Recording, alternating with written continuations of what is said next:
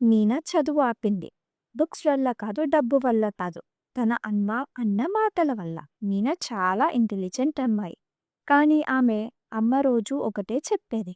మన ఫ్యామిలీలో ఎవ్వరూ డాక్టర్ అవ్వలేదు. నువ్వు కూడా ఆపలేవు. అంత గొప్పగా డ్రీమ్ చెయ్యకు.